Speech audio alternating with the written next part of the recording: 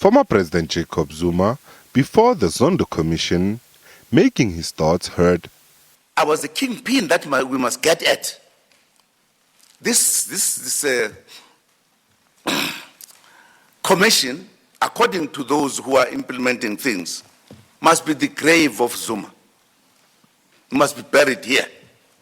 This would lead to the former president following his remarks with action by not appearing at the commission. His application for the chair of the commission to recuse himself fell flat. The matter ended up at the Constitutional Court, which compelled Zuma to appear before the commission. The Apex Court had to again intervene after yet another failure by Zuma to appear before the Zondo Commission. The highest court in the country ends up finding him guilty of contempt and sentencing him to 15 months in prison. He had 5 days to voluntarily hand himself over to the authorities. Zuma opts to fight to rescind his sentence by failing to stave off the warrant of arrest, which has now landed him behind bars. The African National Congress note and respect the decision by former President Jacob Zuma to comply with an incarceration order as issued by the Constitutional Court.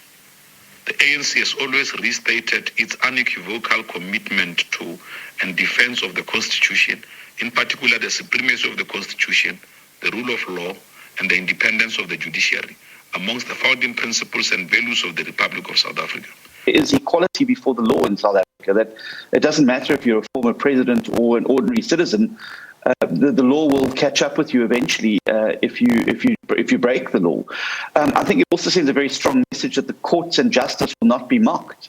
I think Mr. Zuma spent a number of months making derogatory comments about the Constitutional Court. Eventually, it has proven that the rule of law is supreme.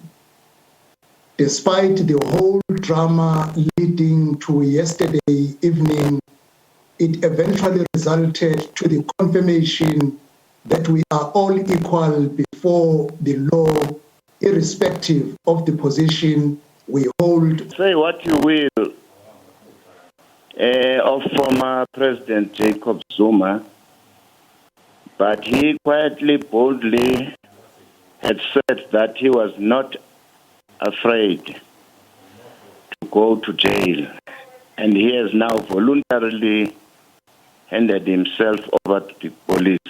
A confrontation has been avoided, and I think Mr. Zuma realized that he doesn't have the political support. This decision saved a lot of lives and bloodbath that could have taken place in Ghana. The imprisonment of former President Jacob Zuma is a victory for our constitution and the judiciary.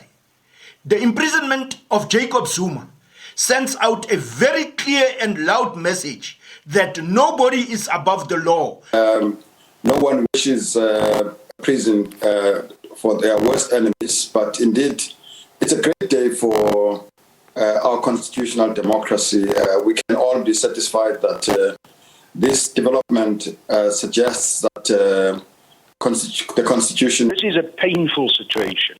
It has angered many people, and that anger is not yet dissipating. People are still angry. People are still deeply hurt. For us, it's a very sad day and a very sad occasion that one of us who has been with us in the trenches and when he came back into the country was responsible for the drafting of the Constitution and was sent deep into KZN to make sure that we win that province and we bring down violence that was happening in KZN.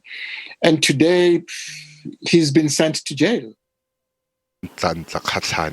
SABC News, Johannesburg.